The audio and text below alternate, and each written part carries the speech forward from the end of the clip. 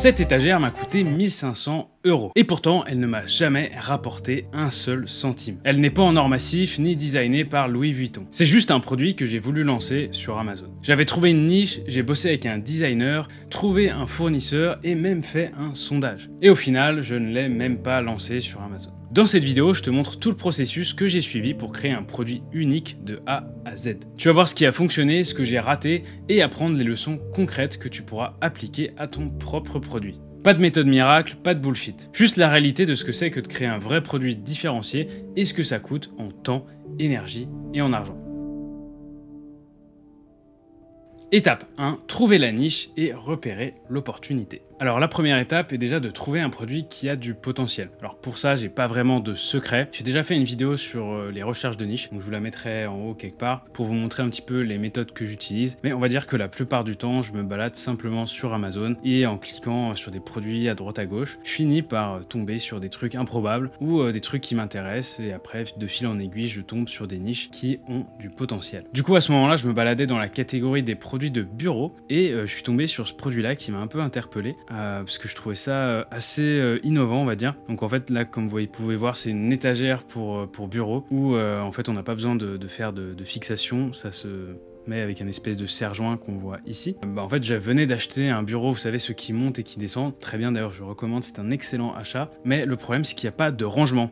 Et ça fait vraiment chier. Parce qu'on n'a pas de casier en bas, on n'a rien sur le côté. Et donc, on a un peu tout qui traîne sur le bureau. Ce qui fait que c'est pas hyper pratique. Et en voyant ce produit, je me suis dit, ok, cool, pourquoi pas, ça a l'air sympa. Après, j'ai regardé un petit peu les chiffres. Donc, j'ai utilisé mon outil. Et on peut voir que le vendeur fait 21 000 € de chiffre d'affaires, à peu près 22 000, qu'il en vend 550 par mois. Donc, c'est quand même un bon produit assez solide, donc ça fait du chiffre. Et en voyant le produit là, je m'étais dit, c'est pas mal, mais bon, déjà le listing est pas fou, mais surtout que je trouve le produit il fait un peu cheapos. Je me verrais pas personnellement mettre ça chez moi, enfin je pense qu'il y a mieux à faire, et c'est ça aussi qui m'a un peu tiqué, parce que je me suis dit ok, je l'achèterai pas personnellement, mais j'aime bien l'idée, je pense qu'il y a mieux à faire, et je me suis dit ok, on va analyser la niche pour essayer justement de voir s'il y a un potentiel sur cette niche. Alors quand on analyse la niche, on peut voir que finalement il y a assez peu d'options. Bon, il y en a beaucoup plus qu'à l'époque, c'est aussi une des raisons pour lesquelles j'ai pas lancé le produit. Donc là, il y a beaucoup plus de choix, mais bon, finalement, même les choix qui sont là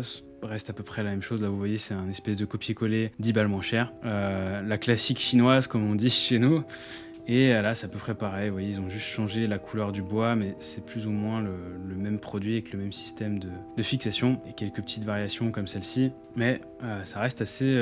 ouais, vous voyez, c'est à peu près les mêmes. Celui-là est un peu plus large. Pour étudier un peu plus en détail les chiffres, je lance mon extension pour analyser un petit peu la demande et voir s'il y a des tunasses à se faire ici. Et là, on peut voir un petit peu les différents revenus. Donc on peut voir, on a toujours notre ami là qui fait 20 000. Ensuite, on a celui-ci qui fait 9 000, mais c'est un peu différent. On a le copier-coller à 10 balles moins cher qui fait 5 000. Celui-ci, là, celui qui fait du 360 qui est un peu plus sympa d'ailleurs. Il fait 8 000 à peu près. Le copier-coller d'une autre couleur, il fait 5 000. L'autre copier-coller 3 4 000. Donc là, vous voyez qu'on a différents compétiteurs qui font à peu près tous du chiffre. Donc là, après, il faudra aller regarder un petit peu en détail quand est-ce qu'ils sont lancés. Est-ce que ceux qui viennent de se lancer arrivent à faire autant de chiffres que les autres? Mais on peut voir que c'est déjà plutôt un bon point parce que il y en a plusieurs qui font de l'argent, il y a différentes gammes de prix et aussi on peut voir qu'il n'y a pas énormément de commentaires. Donc à l'époque, il y en avait encore beaucoup moins, mais là, vous voyez, on est 130, 200, 25, 69. Donc c'est pas vraiment pas beaucoup, surtout sur la marketplace US. Donc même le premier, vous voyez, il est bon, 450, ça commence à être un bon chiffre, mais à l'époque, c'était beaucoup moins, ça devait être 2 fois moins, voire 3 fois moins. Donc c'était là où je me suis dit, ok, c'est intéressant, surtout qu'il n'y a pas de vraie marque positionnée. On peut voir que là, vous voyez, il y a les petits drapeaux, donc c'est que des Chinois. Il n'y a que le premier, la Vivo, d'ailleurs, c'est une marque, on va pas dire que c'est une marque pas connue, mais c'est une marque qui fait tout. Peu importe le produit que vous êtes en train de vendre, vous êtes quasiment sûr que Vivo vend un équivalent ou est dans votre niche.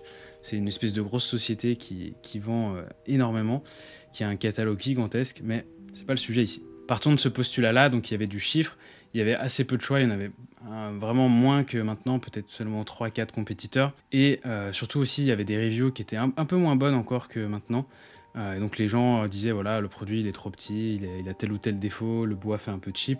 Donc il y avait quelque chose qui revenait et c'est ce qui m'a fait me dire qu'il y avait du potentiel sur cette niche. Et surtout j'avais vraiment la vision de me dire ok, comment on peut améliorer ce produit là Et finalement, en regardant un petit peu les commentaires, ce que je vais vous montrer après, j'avais plein d'idées dans la tête. Je me suis dit, ok, on peut vraiment améliorer le design, peut-être rajouter une ou deux fonctionnalités sur le produit pour le rendre vraiment meilleur et pouvoir se positionner sur le marché là.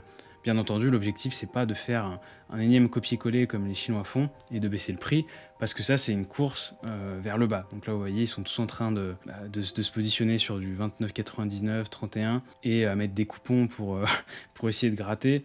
Donc ça, c'est ce que je vous recommande de ne pas faire, parce que c'est une course perdue d'avance. Vous ne pourrez pas gagner contre des mecs qui ont des usines, forcément. Donc il faut justement essayer de se dire, ok, comment en arrivant sur ce marché-là, je peux apporter quelque chose de nouveau, que ce soit par le design, la fonctionnalité ou par le branding, donc tout ce qui va être au niveau du marketing, comment je peux apporter un twist ou quelque chose pour réussir à percer ce marché et que les vilains petits Chinois ne puissent pas venir me concurrencer et me prendre toutes les parts de marché. D'ailleurs, si on revient à ce produit-là, on peut voir qu'à l'époque, il vendait encore plus cher, donc c'était encore une meilleure chose parce que là, il est à 39,99, je pense qu'il fait une bonne marge là-dessus, mais à l'époque, il était à 50 balles. Donc je pense qu'il se gavait comme un fou. Donc là on peut voir sur la Chrome extension qui a Keepa intégré, qui est assez cool. Donc la Chrome extension, pour ceux qui se demandent, c'est Seller Sprite. C'est un outil que j'utilise qui est vraiment bien. D'ailleurs je suis devenu ambassadeur de cet outil. Très content de pouvoir bosser avec eux. Donc là on peut voir qu'on a les variations du prix. Donc vous voyez, ils se sont lancés donc pas trop cher, puis ils ont monté en escalier. La méthode un peu classique qu'on fait tous. Et moi, quand je regardais, voilà, ils étaient là, ils étaient à 49,99. Et ensuite, quand les concurrents sont arrivés, ils ont dû baisser petit à petit et ils sont alignés à 39,99. Là, on peut voir qu'ils vendaient quand même très bien à 49,99. C'est juste qu'après, la compétition est arrivée, les mecs se sont fait copier comme pas possible, et donc forcément, ils ont été obligés de baisser un petit peu leur prix. Mais bon, même à ce prix-là, à 39,99, je pense qu'ils ont une bonne marge et qu'ils vendent quand même très bien, hein, vu qu'ils sont à plus de 20 000 par mois. Ça reste très très solide. Par rapport à Seller Sprite, l'outil est vraiment cool parce que donc, dans la Chrome extension, il y a pas mal de choses super intéressantes. Donc il y a, on va dire, les classiques qu'on peut avoir avec Jungle Scout et Helium 10. Mais aussi on a quelques petits outils sympas. Donc là on peut faire du sourcing directement sur 1688. Donc on clique et il va nous afficher en fait tous les listings qu'il y a sur 1688 avec quelque chose de similaire. Donc là on peut voir qu'il y a un produit, bon ça ressemble un peu, c'est pas exactement le même. Ah là, vous voyez exactement le même, donc pour 85 yuan. Si on fait la petite conversion, ce qui nous fait à peu près 10 €, on va prendre une fourchette haute, mais entre 10 et 15 €, on peut sourcer ce produit. Ça nous permet déjà d'avoir une première idée sans avoir besoin de faire un sourcing compliqué, de perdre du temps. Là, on peut déjà faire des petits calculs de renta. Donc on prend le prix qu'on a ici, ensuite on prend la calculatrice. Une fois qu'on est sur la calculette, eh bien c'est relativement simple. Là, on peut mettre par exemple, là, on dit qu'on l'achète à 12 $, qu'on a 1 dollar de shipping, ce qui fait qu'on aurait une marge de 24% si on vendait à 39,99. Donc on voit, c'est un peu serré. Donc je pense, eux, forcément, vu qu'ils font du volume, ils achètent beaucoup moins cher et ils doivent réussir à s'en sortir grâce à ça. Mais bon, pour quelqu'un qui se lance en l'état, ce serait pas idéal d'aller sur ce type de produit-là, vu que la marge quand même est relativement serrée. Avant pub, il faut essayer de viser les 30% pour être relativement à l'aise et pouvoir se dire ok, on a du budget pub, on peut faire ci, on peut faire ça. Donc ce serait à revoir. Maintenant qu'on sait qu'on veut se lancer sur ce produit, eh bien il faut avoir des idées d'amélioration. Alors bon, moi je commence à avoir l'habitude, du coup j'ai souvent beaucoup d'idées. Généralement, on va dire, je suis assez créatif. Mais si vous galérez sur ça, et même de manière générale, je pense que c'est toujours une excellente idée d'essayer de comprendre ce que les gens veulent. Le but, c'est forcément, vous allez créer un nouveau produit pour des personnes, pas pour vous. Et donc, il faut essayer de comprendre ce que l'audience veut. Alors pour ça, vous avez différentes méthodes, mais je pense que la plus facile et la plus rapide à exploiter, c'est d'aller voir les reviews. Alors pour ça, vous avez deux méthodes. Soit vous pouvez utiliser un outil, vous pouvez utiliser par exemple Shulex. Donc c'est celui que j'utilise là. Donc c'est une extension, il y a une partie gratuite et une partie payante. Sur la gratuite, vous pouvez faire ça normalement.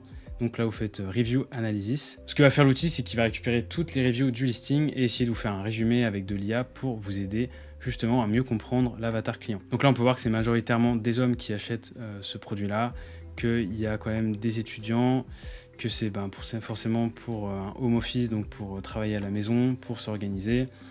Donc il y a un peu les scénarios dans lesquels les gens utilisent l'outil. Vous allez avoir les points positifs de ce produit-là, les points négatifs, les motivations d'achat, donc pourquoi les gens achètent ce type de produit-là. Et ensuite, ici, vous avez carrément une espèce de chatbot IA, vous pouvez poser des questions, par exemple, ok, comment améliorer ce produit-là en se basant sur les reviews négatives des clients, et il va vous donner plein d'idées. Après, vous récupérez ces idées-là, vous les notez quelque part, et petit à petit, vous faites ça sur d'autres produits pour avoir une idée globale du marché. Sinon, avec Shulex, il me semble qu'avec la partie payante, on peut faire ça directement sur tous les produits de la niche en même temps, et donc avoir, on va dire, toutes les données de manière globale, ce qui permet encore une fois de gagner du temps. Si vous n'avez vraiment pas envie d'utiliser un outil, la méthode la plus simple, ça reste d'aller tout en bas avec les reviews, de faire un gros copier-coller et ensuite d'aller vous rendre sur une intelligence artificielle comme ChatGPT et de lui dire, voilà, vous lui expliquez un peu la situation, je veux lancer un produit sur Amazon, analyse toutes ces reviews, dis-moi les points positifs, les points négatifs du produit, et donne-moi des idées, des axes d'amélioration. Le mieux, c'est forcément de ne pas faire cette analyse uniquement sur un seul concurrent, mais je pense au moins sur les 5 plus gros. Comme ça vous donne une idée un peu plus globale et ça vous évite de vous tromper. Normalement, avec ça et l'intelligence artificielle, vous allez avoir vraiment beaucoup d'idées d'amélioration. Ça va vraiment vous mâcher une bonne partie du travail. Et après, il ne vous reste plus qu'à essayer de structurer toutes vos idées sur un Google Doc ou un Notion, enfin peu importe, histoire de tout répertorier quelque part et que ce soit pas à droite à gauche. Dans certains cas, à ce moment-là, avec certains produits, on se rend compte que c'est relativement difficile d'améliorer quoi que ce soit. Bon, dans la plupart des cas, on va dire que c'est faisable, que ce soit sur le design, la fonctionnalité ou le marketing. Mais il y a des produits où ça bloque puisque c'est une commodité ou alors c'est un produit vraiment spécifique et c'est trop compliqué. Et par conséquent, peut-être que ce ne sera pas possible d'appliquer cette méthode. Mais je pense que dans un bon 80% des cas, ça devrait pouvoir fonctionner. Donc si tous les feux sont ouverts, que vous avez fait des petits calculs de renta, que vous avez une bonne idée, qu'il y a moyen d'améliorer le produit sans que ça coûte une fortune, c'est à ce moment-là qu'on peut se poser la question: est-ce qu'on passe par un designer ou pas? Alors l'intérêt d'un designer industriel, c'est qu'il va vous permettre de créer un nouveau produit. Donc même si vous avez déjà une bonne idée de ce que vous voulez en tête, vous savez pas faire de plan, peut-être que vous n'avez pas pensé à tel ou tel détail. Donc il y a plein de choses qui rentrent en compte et c'est pour ça que passer par un professionnel va vous faire gagner beaucoup de temps, éviter des embrouilles et surtout aussi vous permettre d'avoir d'autres idées, parce que chacun des designers a ses propres capacités, a sa propre touche artistique, ce qui rend la chose beaucoup plus intéressante. Alors je vous vois venir, non, un designer ça coûte pas forcément des milliers d'euros, vous pouvez vous en sortir pour des budgets relativement faibles, enfin abordables on va dire. Comme à peu près pour toutes les prestations de services, vous avez différentes gammes de prix, donc on a le pakistanais bas de gamme. Désolé les Pakistanais, j'espère qu'il n'y en a pas qui regardent cette chaîne. Vous prenez cher à chaque fois, mais c'est comme ça. Où forcément vous allez avoir un travail de qualité moyenne. Enfin, vous avez ce pourquoi vous payez. Et après, vous avez des prestataires très haut de gamme, donc des Américains qui ont eu des prix ou des choses comme ça, où vous allez forcément payer plusieurs milliers d'euros pour leur service. Pour ma part, chaque projet, c'est à peu près entre 300 et 1000 euros. Donc en fonction des projets. Donc on peut voir que voilà, il y a certains projets, ça m'a coûté uniquement 300 euros. Donc finalement, c'est pas si cher que ça pour passer par un professionnel qui va vous aider à créer votre produit et surtout avoir les plans. Avoir les plans, c'est un vrai bonheur parce qu'après, vous n'avez plus qu'à les envoyer à un fournisseur et il n'y a pas besoin de discuter 3 ans avec un fournisseur. Il vous répondra oui, je peux faire votre produit à tel prix et ça s'arrêtera là. Ce qui facilite grandement les démarches pour le sourcing. Comme pour tous les freelances, il y a des gens très bons qui font du très bon travail et d'autres très médiocres et c'est pas forcément le prix. Il y a des gens qui coûtent très cher et qui font du travail assez moyen. C'est pour ça qu'aussi dans la muraille, on vous donne toute notre liste de contacts avec qui on travaille, ce qui en fait un atout considérable aussi. Alors quand vous allez aller voir un designer, soit vous pouvez lui dire que vous n'avez aucune idée de ce que vous voulez et simplement vous lui donnez toutes les choses qu'on a vues précédemment, donc les reviews des concurrents, les listings des produits que vous trouvez intéressants, enfin bref, toutes les notes que vous avez pu prendre et vous lui dites voilà, en te basant sur ça, fais-moi 3 idées de prototypes et moi je valide juste ensuite. C'est une façon de faire. Personnellement, je suis pas ultra fan parce que des fois ça peut partir un peu dans tous les sens. Je préfère quand même assez cadrer le truc. Donc généralement, ce que je vous recommande de faire, c'est d'avoir un document et d'ajouter le plus de détails possible pour justement aiguiller le designer à lui faire créer en fait ce que vous avez en tête et ce que le marché veut d'après toutes les notes et les datas que vous avez pu obtenir précédemment. Alors à l'époque, au designer, je lui avais envoyé un document comme ça. Donc j'avais mis quelques idées là, des reviews des concurrents, de ce que j'avais pu noter. Et je crois que j'avais ajouté aussi quelques liens de produits similaires que je trouvais sympas, ou alors de bois que je trouvais esthétique pour justement choisir en fait des matériaux un peu plus haut de gamme, et ce qui me plaisait.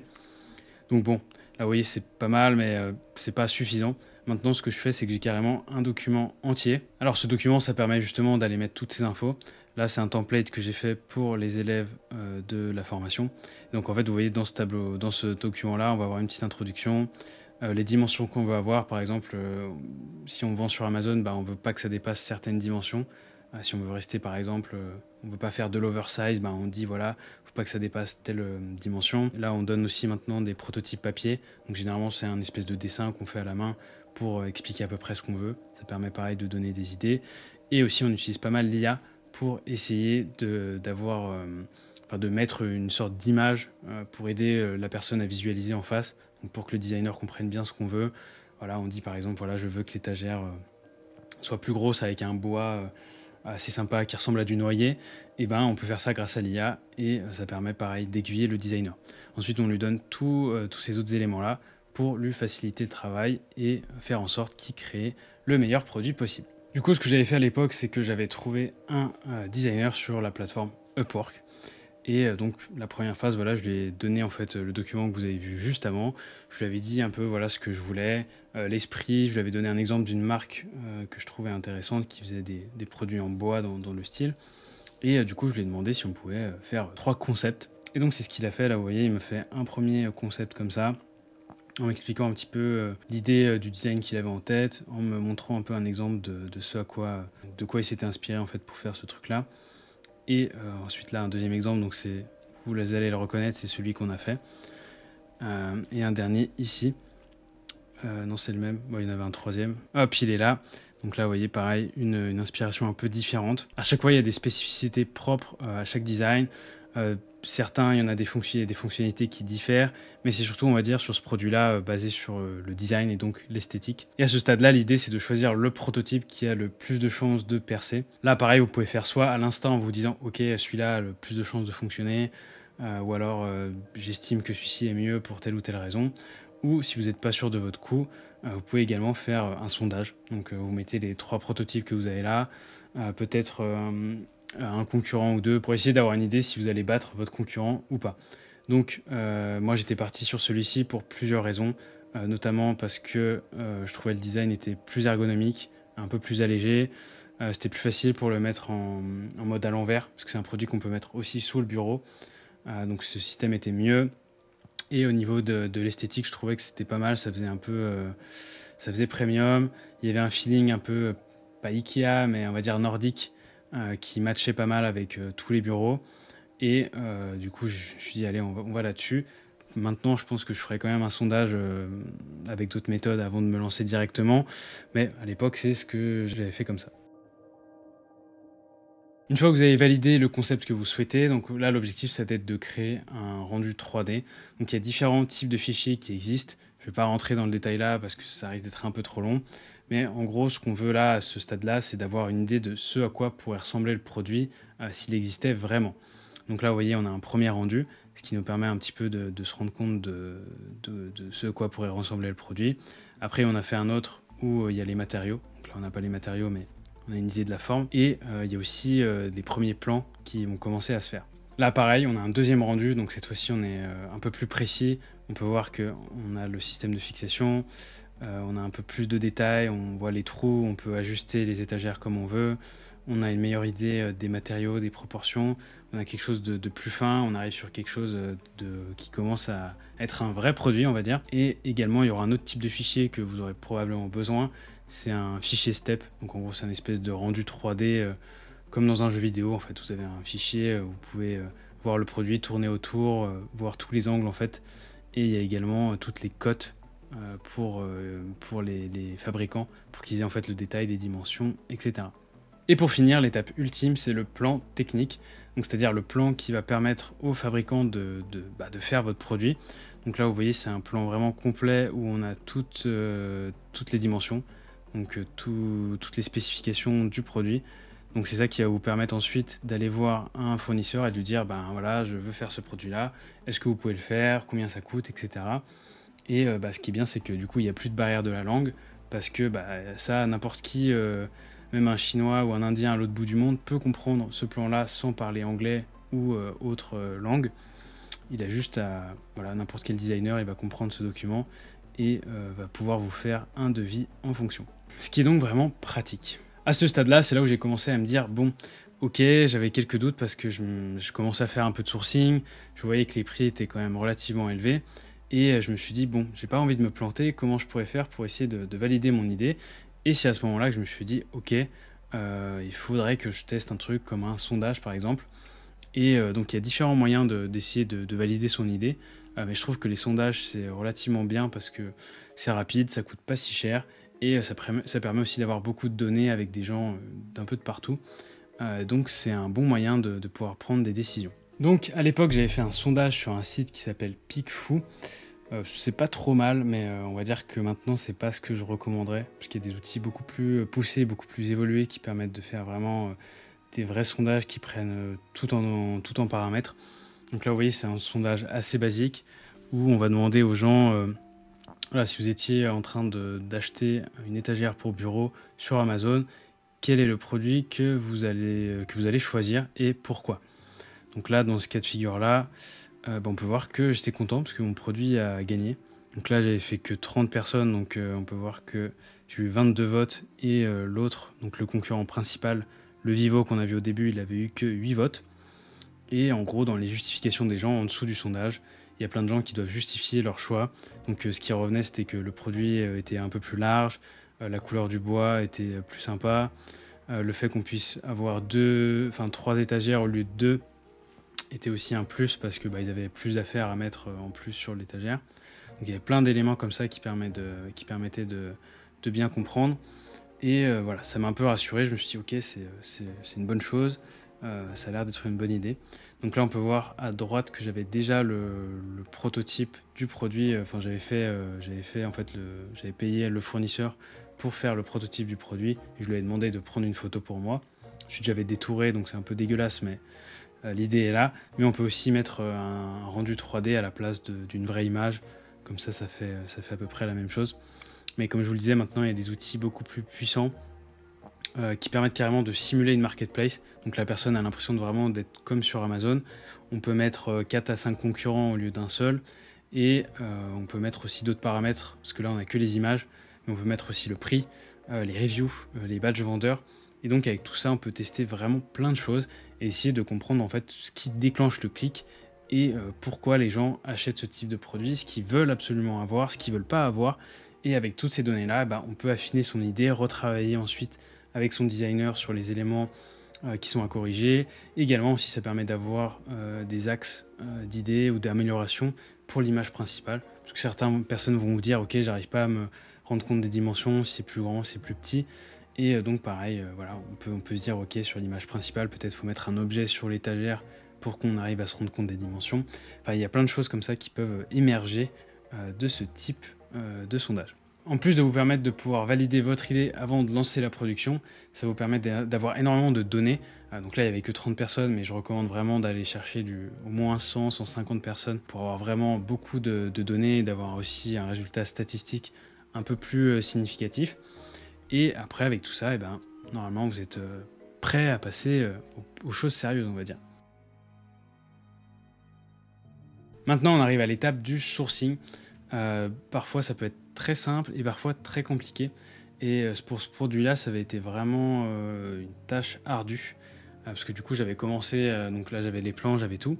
Et j'avais commencé à faire des RFQ sur Alibaba et aussi à démarcher des fabricants. Et à chaque fois, soit ils me disaient qu'ils ne pouvaient pas faire ça pour X ou Y raison, ou soit ils me donnaient des prix qui étaient totalement aberrants. Par exemple, 40 $ par unité, donc ce qui était juste pas possible parce que je pouvais pas vendre une étagère à 300 balles. L'objectif c'était de rester quand même dans une zone de prix similaire aux concurrents, un peu plus cher, mais qui n'était pas non plus trop éloigné. Et du coup, ça collait pas du tout. Ensuite, ce que j'ai fait, c'est que je suis passé avec un agent de sourcing, où là, ça a été beaucoup plus rapide et facile. On a réussi à trouver un fournisseur qui m'a fait un premier prototype. Donc là, je vous le mettrai à l'écran, vous voyez, c'était pas mal, mais le problème, c'est que le métal était beaucoup trop épais, c'était hyper lourd. Je pense qu'on pouvait faire des curls avec l'étagère. C'était vraiment, je pense, ouais, c'était 8-10 kilos, pas loin de 10 kilos, donc c'était beaucoup trop lourd. Et même si ça donnait un sentiment de qualité, c'était pas possible quoi. Pour les utilisateurs, ça allait être pas du tout pratique. Le mec, ça lui tombe sur le pied, je vais me prendre un procès. Et même au niveau des frais d'envoi, c'était un peu chaotique. Du coup, il y avait quand même pas mal de choses à revoir et la qualité était plutôt acceptable, mais c'était pas non plus incroyable. Du coup, ce que j'ai fait, c'est que je suis ensuite passé par une agence de sourcing. Cette fois-ci, je me suis dit, on va essayer de voir si on peut sourcer ailleurs qu'en Chine, donc peut-être en Turquie, au Mexique, etc.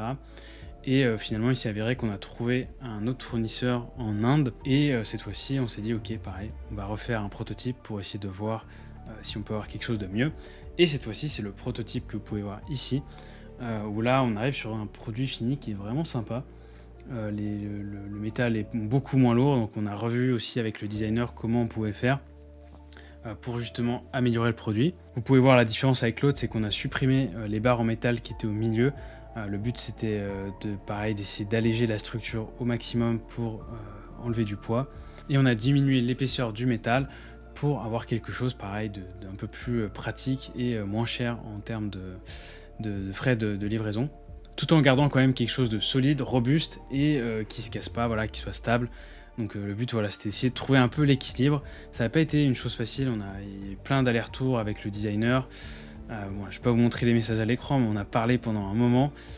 Ça a pris, je pense que ça a pris 3-4 mois facilement pour le développement de ce produit. Donc entre les allers-retours avec le designer, la création du prototype, enfin quelque chose qui prend assez longtemps. Mais voilà, on arrive sur un résultat final qui est plutôt sympa et qui aurait pu se vendre sur Amazon. Donc ce prototype là, je crois qu'il y en a un, j'ai dû le payer 100 $ et l'autre peut-être 130, un truc comme ça. Donc voilà, ça fait un certain budget. Et maintenant vous allez vous demander pourquoi tu l'as pas lancé ce produit. Donc il y a eu plusieurs raisons. La première, c'est que c'était quand même un investissement conséquent. Finalement ça revenait à peu près entre 15 000 et 20 000 euros pour lancer ce produit. Donc c'était quand même quelque chose, surtout à l'époque j'avais moins de moyens que maintenant. Et aussi parce que je voyais que pendant que j'avais fait toute cette phase-là de prototypage, etc., j'avais vu qu'il y avait d'autres concurrents qui s'étaient lancés, qui commençaient à slasher un peu les prix. Et finalement, entre-temps, j'avais aussi, parce que je développe jamais un seul produit, j'ai toujours plusieurs produits en même temps. Et du coup, il y en avait d'autres qui avaient plus de potentiel et qui coûtaient moins cher que celui-là. Et donc j'ai pris la décision de ne pas lancer ce produit. Surtout que j'avais déjà une gamme de produits dans un univers spécifique et lancer une étagère, ça aurait été un peu différent de ce que je faisais déjà. Et voilà, ça m'aurait demandé plus d'efforts, potentiellement de recréer une marque. Donc ça aurait été plus de travail et pour un potentiel de gain moins important. Donc c'est un peu dommage, mais voilà, j'ai une étagère qui m'a finalement coûté 1500 € qui est là, que j'utilise actuellement. Hop, vous pouvez la voir, elle est ici, donc j'ai mis mes affaires dessus. Bon, c'est un peu le bordel, mais voilà, c'est un produit que j'utilise au quotidien. Donc voilà, ça m'a fait un petit délire de riche personnel. J'ai mon étagère custom designée par un mec qui pèse, hein. Il a fait des designs pour des très grosses marques. Et donc finalement, ça m'a coûté au total à peu près 1500 €. Donc quand je dis 1500, ça compte pas juste l'étagère, c'est le prix du designer, le prix des prototypes, du shipping, etc. Mis bout à bout, ça fait à peu près 1500 €. Donc voilà, je peux me la péter quand des gens viennent chez moi. Mais bon, c'est dommage que je n'ai pas pu lancer ce produit, même si j'en suis plutôt satisfait. Mais ce projet m'a quand même appris beaucoup de choses. C'était un des premiers produits que j'ai fait designer, peut-être le 2 ou 3e. Enfin bref, c'était dans les débuts encore. Donc ça m'a permis de me rendre compte que c'était quand même important de ne pas copier les autres, de créer, d'étudier ce que les clients voulaient, d'essayer de comprendre pourquoi ils achetaient tel ou tel produit, pour justement essayer de battre les concurrents. C'était aussi une des premières fois que j'utilisais les sondages, et vraiment je pense que c'est un outil qui est clairement sous-estimé à l'heure actuelle. Les sondages, c'est vraiment ultra pratique pour non seulement essayer de valider son idée, mais aussi pour récupérer un maximum de données. Et que lancer un bon produit, eh bien, ce n'est pas lancer n'importe quel produit. Voilà, faut prendre son temps, faut accepter que le processus soit relativement long, mais que si on fait les choses bien, on peut quand même avoir des beaux retours sur investissement. Bon, avec ce produit-là, malheureusement, on ne saura jamais. Mais sur d'autres produits, que malheureusement je ne peux pas vous montrer là, sur d'autres produits, ça fonctionne très bien. Et je pense que c'est un processus voilà, qui a fait ses preuves, en tout cas pour moi, et aussi que j'apprécie. Je trouve c'est cool de me dire, j'ai mon étagère dans mon salon, il y a d'autres produits que j'ai designés qui sont chez moi, Bon, ma compagne n'est pas très contente parce qu'il y a un bordel partout, mais je pense que c'est plus gratifiant que d'essayer de faire des petites daubes, de mettre son logo sur des trucs pas fous.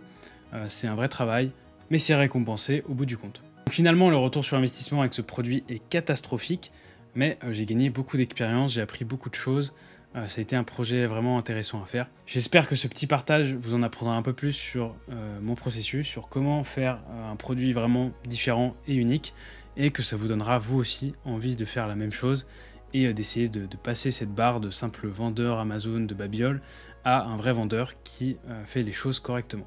Si cette vidéo vous a plu et que vous avez envie de suivre le même processus pour créer vos produits, eh bien sachez que j'ai une formation qui s'appelle La Muraille, où on revoit en fait tout ce processus-là de manière beaucoup plus détaillée. Donc il y a des exemples avec ce produit-là, mais également d'autres de mes produits. Et il y a une autre partie où on voit aussi en fait tout ce qui est propriété intellectuelle, donc c'est-à-dire l'étape d'après, comment on va protéger ces produits pour éviter de se faire copier. Mais vu que vous avez vu cette vidéo jusqu'au bout, je vous laisse quand même un petit bonus. Je vous propose en fait de suivre gratuitement le premier module de cette formation. Donc c'est un premier module qui voit un petit peu tous les aspects, toutes les manières en fait de se différencier. Donc je donne pas mal d'exemples, pas mal d'idées. Donc ça peut vous permettre, voilà, si vous n'êtes pas très créatif ou que vous savez pas comment différencier un produit quand vous êtes en train de regarder voilà, une boîte à mouchoirs, comment on fait, un cache-téton, comment on se différencie. Voilà, je vous donne une espèce de boîte à outils dans ce premier module. C'est totalement gratuit, je vous mets le lien dans la description. Vous pouvez le suivre en fait directement depuis notre dashboard. Et si jamais vous avez envie d'aller plus loin par la suite, eh bien, vous pourrez voir si vous en avez envie ou pas. Sur ce, j'espère que vous avez aimé la vidéo. N'hésitez pas à laisser un petit pouce bleu ou un commentaire. Ça fait toujours plaisir voilà, de voir qu'il y a des gens qui interagissent un petit peu. C'est toujours très cool.